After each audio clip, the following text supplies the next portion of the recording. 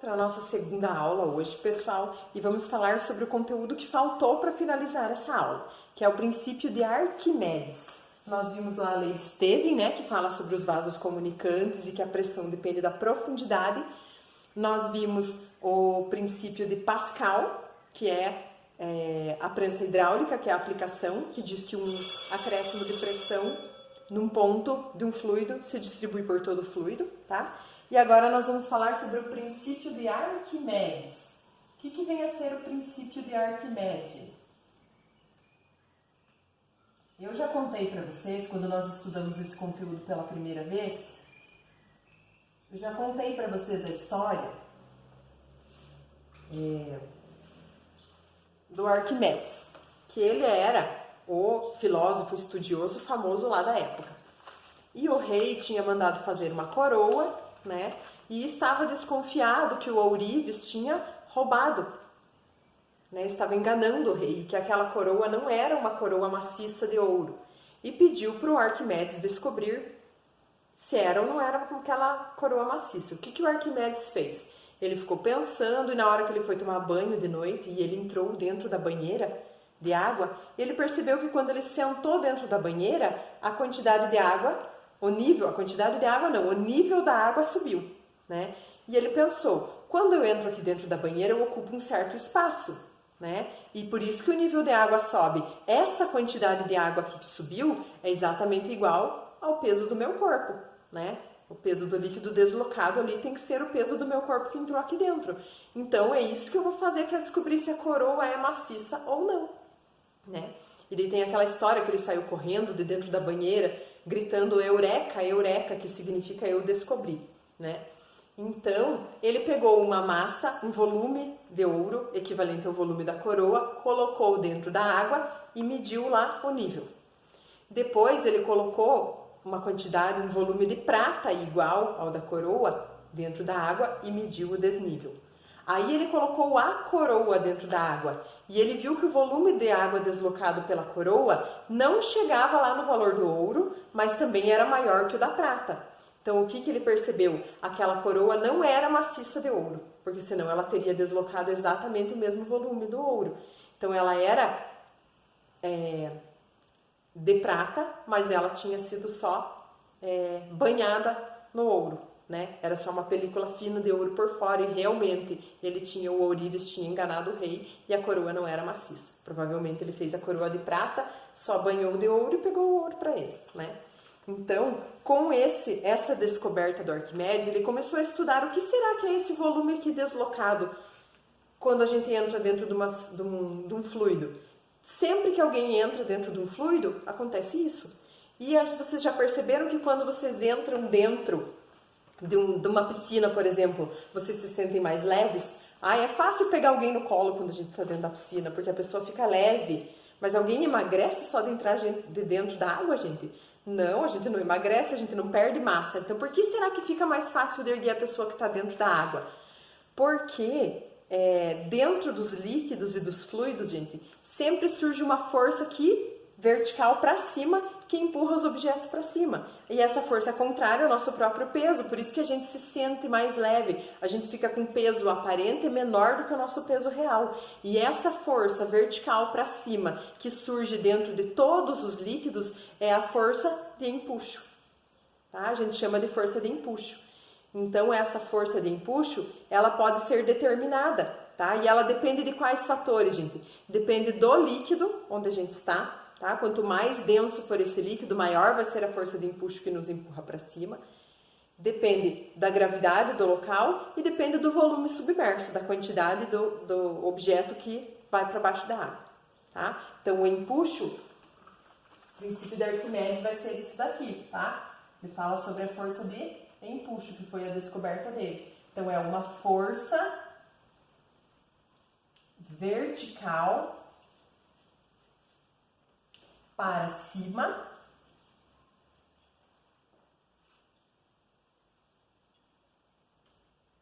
que surge sempre que um corpo é imerso dentro de um fluido.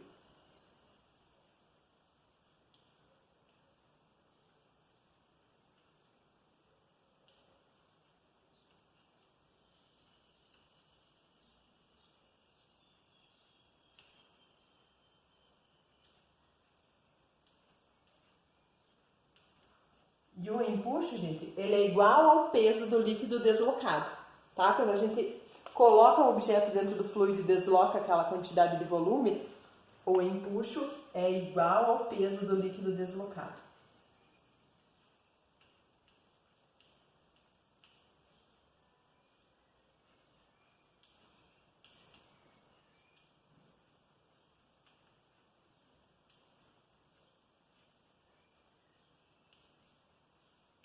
Aí a gente vai para a nossa equação do empuxo. Qual que é a fórmula, gente, para calcular a força de empuxo? Então, ela é representada pela letra E, tá?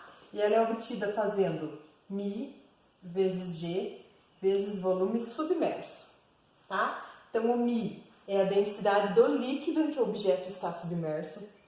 O G é a gravidade e o volume submerso é o volume que fica para baixo do líquido, que está imerso no líquido, tá? Não o volume que fica para fora. Essa aqui é a fórmula da nossa força de empuxo. E ainda a gente tem uma outra, tá, gente? Porque eu falei para vocês que quando a gente entra dentro de um líquido, a gente fica com peso aparente menor que o peso real. Então, a gente pode aqui descobrir que o peso aparente é igual ao peso menos o empuxo, tá? A diferença dessas forças aqui faz com que a gente fique mais leve dentro da água, tá? Então, aqui nós temos as nossas equaçõezinhas para descobrir o empuxo. Aí as condições de flutuação, gente. Quando que um corpo vai flutuar e quando que ele vai afundar dentro de um líquido? A gente sabe que é por causa da diferença de densidade, né? Vocês já estudaram que quando um objeto é menos denso, ele flutua, quando ele é mais denso, ele afunda dentro de um líquido, né? Ou seja o que for. Mas as condições de flutuação. Então, aqui, ó, digamos que eu tenho um recipiente cheio de um certo líquido aqui. E eu vou jogar um objeto aqui dentro, tá? Uma esfera ali qualquer. O que acontece quando essa esfera entra dentro desse recipiente? Tem o peso dela que puxa ela para baixo e tem o empuxo que puxa ela para cima. Se o peso é igual ao empuxo, ela permanece em equilíbrio ali, dentro do líquido, tá? Ela nem sobe e nem desce. Ela vai ficar em equilíbrio. Se o meu peso, gente, for maior que o meu empuxo, a força que puxa para baixo é maior, tá? Então, o objeto afunda. Tá? Então, durante o movimento de descida dele, o peso é maior que o empuxo. Só que daí o que acontece, gente, quando ele afunda e encosta aqui embaixo na superfície do meu recipiente? Ó.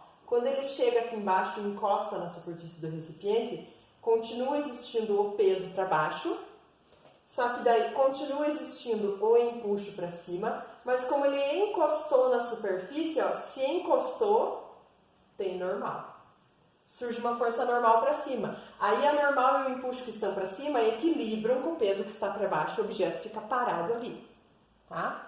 Agora, o que acontece se o meu peso é menor que o empuxo na minha situação inicial aqui que eu tinha imaginado? Então, a minha esfera está aqui, né?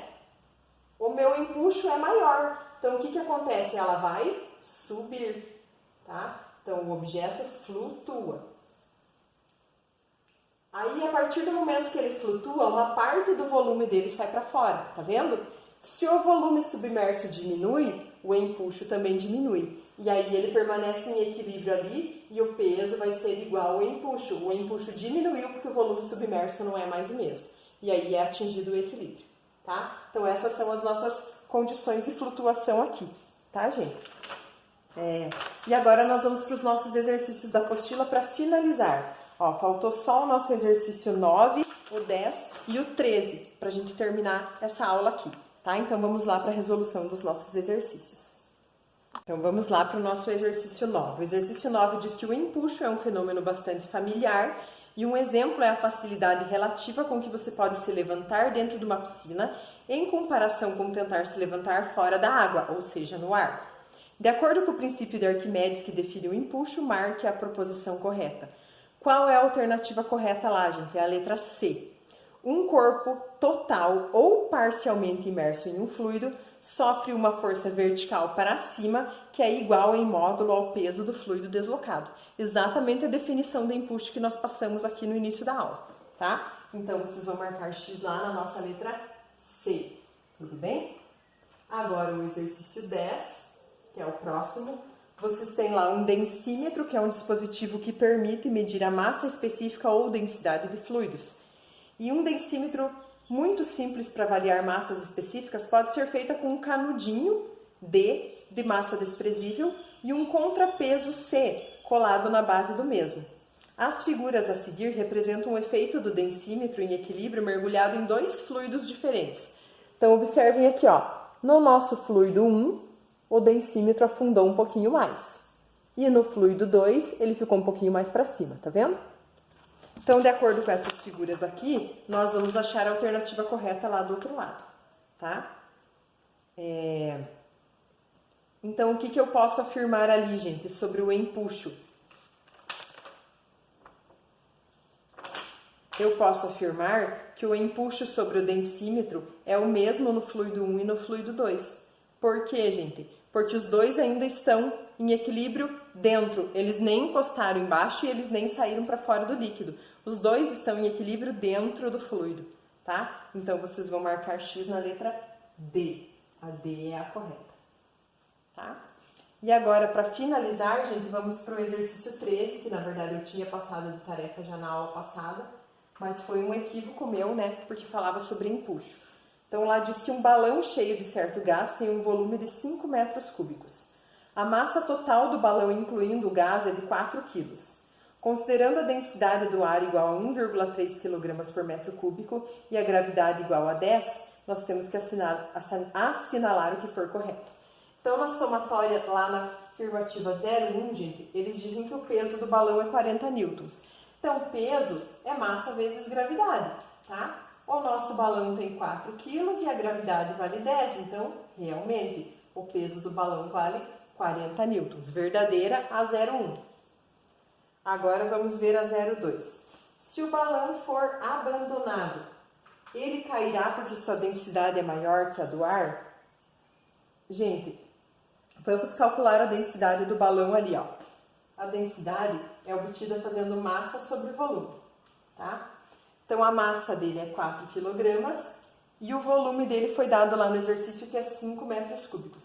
Então, a densidade dele é 0,8 kg por metro cúbico.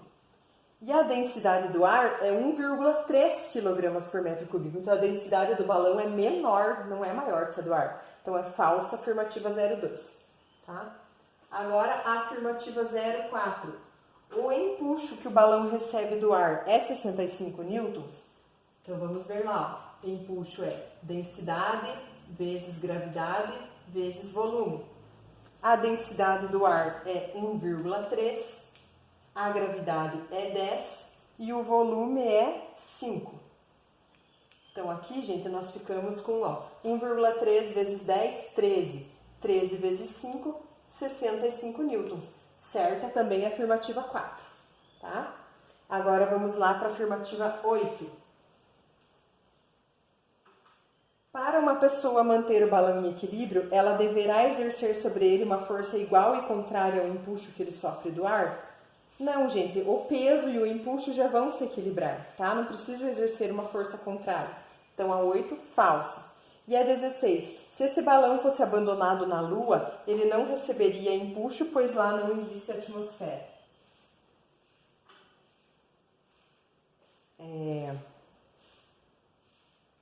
Aqui, gente, na verdade, essa questão é meio contraditória, tá? Por que eu tenho que tomar cuidado? Na Lua não é que não existe atmosfera. Lá na Lua existe gravidade também.